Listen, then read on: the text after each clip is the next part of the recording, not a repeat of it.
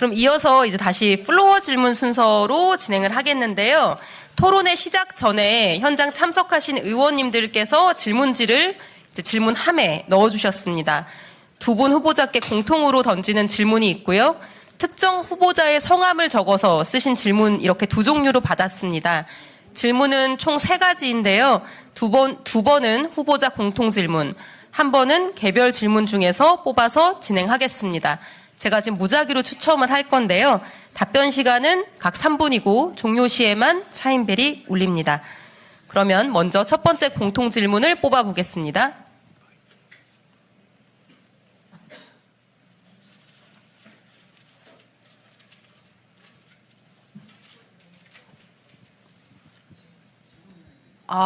어려운 질문이 나왔는데요. 두 분 다 질문 답변해 주셔야 되는데, 지방 출신 의원님들 복지 관련 공약은 없을까요?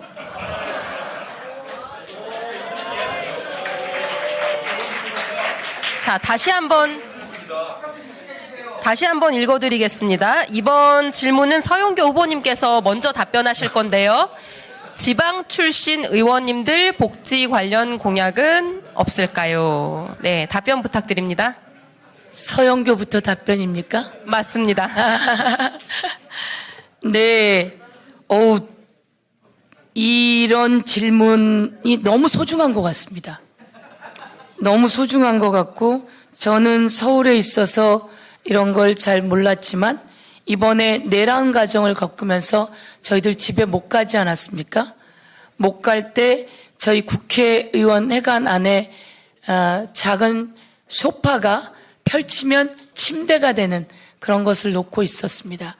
그리고 윤석열 언제 치고 들어올지 모른다. 그래서 우리는 국회 안에 지키고 있어야 된다라고 했고, 저희들이 그나마 버틸 수 있었던 것은 이곳에 건강관리실이 있기 때문입니다. 그런데 건강관리실에 가더라도 수면실이 몇 개 없습니다. 지금 이모선 의원님 참 귀한 말씀 해주셨는데요. 저는 참 필요하다고 생각합니다. 관사 한번 추진해 볼까요, 우리? 이 세상에 못할 게 어디 있겠습니까? 그런데 이렇게 지방 의원들을 위한 중요한 관사도 좋을 것 같습니다. 그리고 또 지방에 서울에서 국회를 하고 지방으로 내려가시게 되면 내려가는 길도 참 멀고 힘이 듭니다. 그럴 때마다 여러 가지 비용도 많이 들고 그러는데 그 비용도 좀 보완해 줄 수 있으면 좋겠다 이렇게 생각하는데 어찌 마음에 드시나요? 그리고 저는 이제 이재명 정부가 꼭 해야 될 일이 그거라고 생각합니다. 저에게 대구 경북 골목골목 선대위원장을 맡겼습니다. 제가 30곳을 다니면서 유세를 하고 선거운동을 했습니다. 저와 함께 했던 사람들이 한 40여 명 내려가서 함께 시장통을 다 훑고 다 팔아드렸습니다. 그런데 사람이 없습니다. 그러면 이 지방에 사람을 살려내게 하려면 지방에 계신 의원들을 지원해야 되지 않겠습니까? 제가 이재명 대통령께서 저에게 후보 직속 인구미래위원회를 맡아달라고 하셨습니다. 인구 감소 지역을 살려내지 않으면 대한민국은 소멸합니다. 이를 위해서 이번의 인구 위기는 향후의 성장의 기회로 만들어야 합니다. 그래서 지방에 학교가 내려가면 모든 법인세를 없애주고 지방에 병원이 내려가면 모든 법인세를 없애주고 지방에 또한 기업이 내려가면 모든 세금을 면제해주지 않으면 이 위기는 극복해낼 수가 없다 이렇게 생각하면서 지방 의원님들이 먼저 예산 결산을 요구하신다면 그쪽에 배치하는 게 이런 모든 것을 해결하는데 우선이 아닐까 이렇게 생각하고 저는 표가 좀 흔들려도 좋으니 지방 의원님들께 요구하시는 곳에 주로 먼저 배치하면 좋겠다 이렇게 생각하는데 여러분 어떠신지요? 그리고 서울에서는 수도권에서는 좀 양보해도 되지 않을까 이렇게 생각하는데 한번 해보겠습니다. 예? 좋습니까? 한번 해보겠습니다. 특히 제주도는 확실하게 지원해야 되는 거 아니겠습니까 여러분? 감사합니다. 네, 감사합니다. 중복되지 않는 답변을 하기가 쉽지 않을 것 같은데요. 다음으로 기호 1번 김병기 후보께서도 같은 질문에 답변해 주시기 바랍니다. 최대한 중복을 한번 피해 보겠습니다. 일단 저희 집을 제공하겠습니다.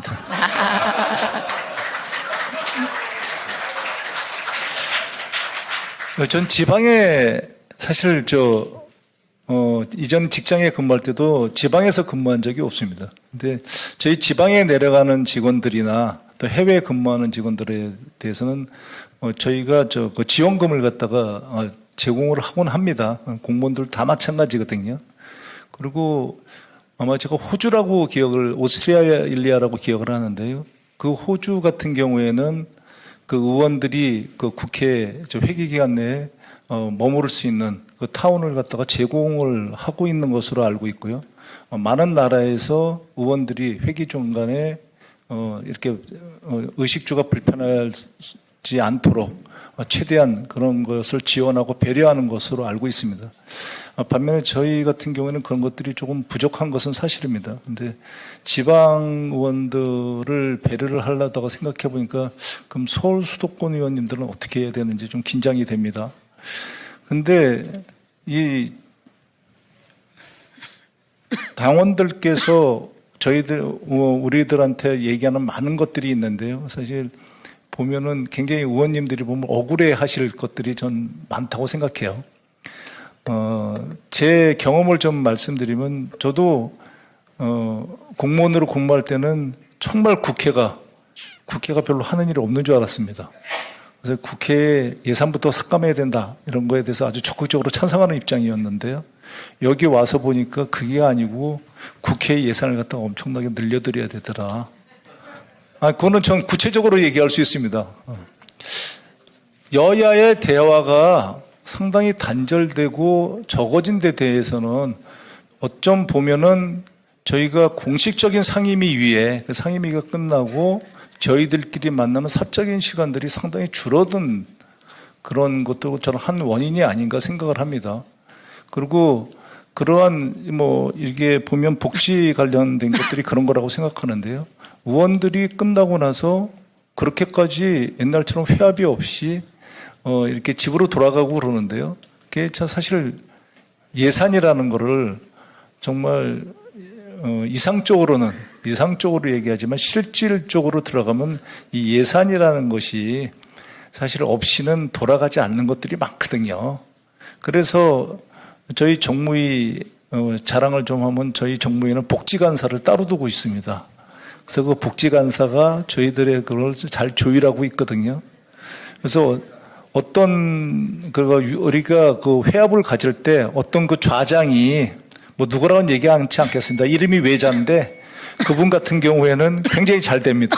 그분이 관대하기 때문이거든요. 그래서 저는 이 복지를 갖다가 공식적으로는 이 지원금을 갖다가 어느 정도 지원을 해야 되고 비공식적으로는 그런 그러니까 관대한 그런 의원들이 좌장을 하는 그런 문화를 만들었으면 합니다. 이상입니다.